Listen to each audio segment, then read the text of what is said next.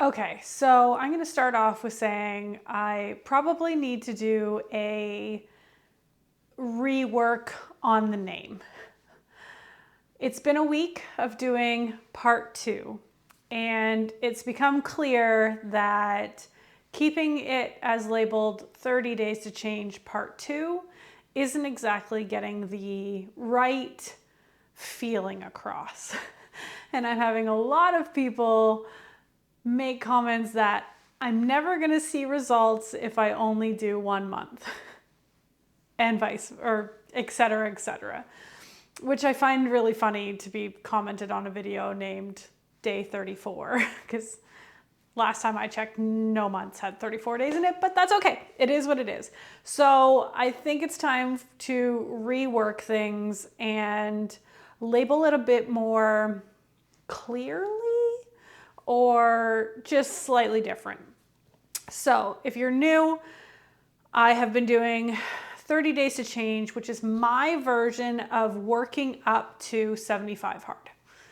I scaled back all of the targets for the first 30 days, and I've already succeeded at doing those 30 days. I am now into the second phase of it, which I am now going to start calling 60 Days to Change. Because for these 30 days, I have upped my goals slightly and will be working at those for 30 days. At the end of those 30 days, which is a total amount of 60 days, I will then go to 90 Days to Change, which is an additional 30 days at an even higher amount of goal targets working towards the 75 hard. After I complete this 90 Days to Change, I will then attempt at least 15 days of 75 hard. There may be, we're going to see, I'm committing to 15 days, but we'll see.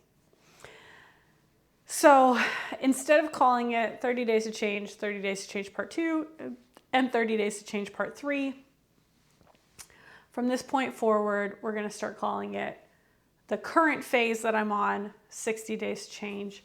And then once the 30 days are up, we're going to 90 Days to Change. So let me know if you think that helps clarify things, if that makes it more confusing, just let me know what your thoughts are. Because it's all made up and the points don't matter. Welcome to Whose Line Is It Anyway, the show where everything's made up and the points don't matter. So, as I said, I am 1 week into the new goals, which are 45 minutes of activity, taking a photo every day, eating healthy, reading for 15 minutes a day, and drinking 3 liters of water. And for the first couple of days, I was a little worried. Adding 15 minutes of exercise felt like a lot. And it is. This entire week, you can definitely feel the difference. So yeah, it's definitely going to be a more challenging 30 days than the first. Even though the first was challenging because I went back and counted. I made my Instagram post for completing the 30 days, and I went back and actually counted how many days I had worked out leading up to starting this challenge. And I thought I was gonna have to just count the beginning of January and then December, and I'd reach a nice number. No. I actually had to go back as well into November. So in all of November, December, and the first part of January, I had only worked out a whopping 16 days. That's not 16 days each month. That's 16 days stretched across November, December, and the beginning of January. So I went from basically nothing to every single day doing my tasks and yeah, and now I'm here, a week in of doing even bigger tasks, and I'm blown away. I'm also starting to see little changes. I'm starting to notice things. People are commenting at work. It's not like a drastic thing yet, and the scale is not being super friendly about it, but that's okay. Like I've said before, and I'll say again, I can stay the same weight if it's all muscle, and it means that I am smaller in size. So, yeah, it's cool to start seeing and feeling changes. Like I feel so different than when I started this. So, yeah. Week into the new goals, the biggest thing is the water seems a lot more like I have to pointedly make this a goal. And so what I've been doing is I have 40-ounce Stanleys. This was bought as a congratulations, you did 30 days to change successfully. I also got one that is like a hunter green, and then the design etched into it is a gold. So this is the rose gold, and I love them. But they're 40 ounces. So with a 3-liter goal, I need to drink 101 ounces of water a day.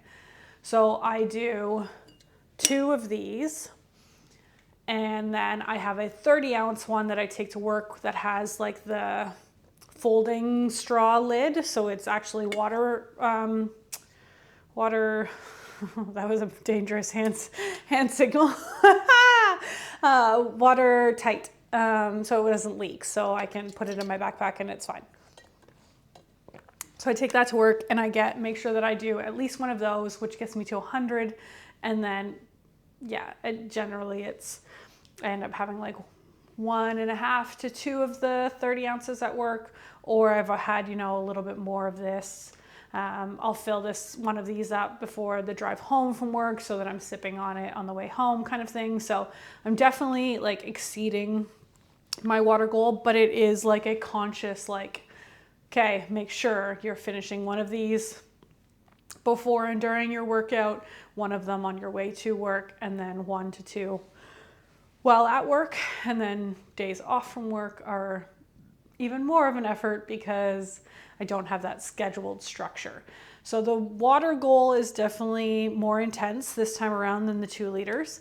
And the workout, you can definitely feel the difference adding in those 15 minutes, especially when I'm still working on the program I selected on the Speediance Gym Monster, because those workouts that it has me do 3 times a week are like 30 minutes in length. So then I still have to figure out something else to do for an additional 15 minutes.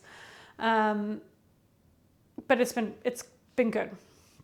My favorite part was for day 7 of this week, I went skiing with a good friend from work.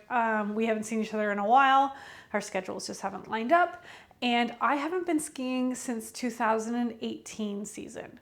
So the 2017-2018 season is my last like ski pass that I had. And I didn't realize how much I missed it. I own my own downhill skis and equipment and stuff. And it was really, really nice to get back out on the hill. I was able to track it with my Garmin, which I've never done before. And it was really, really cool to see that it would track us on the way down. It would do max speed, average speed, the distance, your elevation or descent, and heart rate. And then it would pause for the chairlift back up. And then it would do it. And there's like a GPS map of it and everything. And it's really, really cool because, you get down to the bottom and like, oh, new like fastest speed or whatever. So it made it really cool. And then it only tracked your downhill portions towards the activity time. And so to get 45 minutes of only going down the hill was actually more difficult than I thought it was going to be. but I was able to do it. So it was really good. That was able to get done, and then it kind of started raining. And then we headed to a a Nordic spa. It was a Finnish style spa, so it had the go into something hot, do a cold plunge, go into something relaxing, and then do those cycles over and over. So there were steam rooms and saunas and hot tubs, and it was just so nice, especially just to be able to catch up with my friend and relax after a workout, because when you haven't skied in that long, you forget what muscles are actually used, and you don't realize how how much your legs burn when you're halfway down the hill and still have to go more. So that was really fun to do, and it was a nice way to kind of switch things up, get out of the gym, kind of wrap my head around that, like, activity doesn't need to be a traditional workout all the time. You know, once the weather gets nicer, I can go for a bike ride and that'll count. I can go for a rollerblade. I can go for just a walk outside. Like, I can justify walking on the treadmill, but for some reason, everything else just felt like, well, that's not a workout, but it's activity. So it was really cool to just go out, do something fun and enjoyable with a friend, and and actually hit the time frame that I needed to. So week 1 of 60 Days to Change has been very eye-opening, but very enjoyable at the same time. And I am looking forward to the rest of this month, and already worried about 90 Days to Change, which I will outline in another video because I don't want to ramble on forever. So super excited. Glad week 1 of part 2, or 60 Days to Change, has gone well. And I'm going to go get my workout done because it's a day off and I didn't wake up and immediately do it. So now I need to get it done before it's too late. So I hope you all have an absolutely fantastic week. I love you, and we'll see you in the next one. Bye.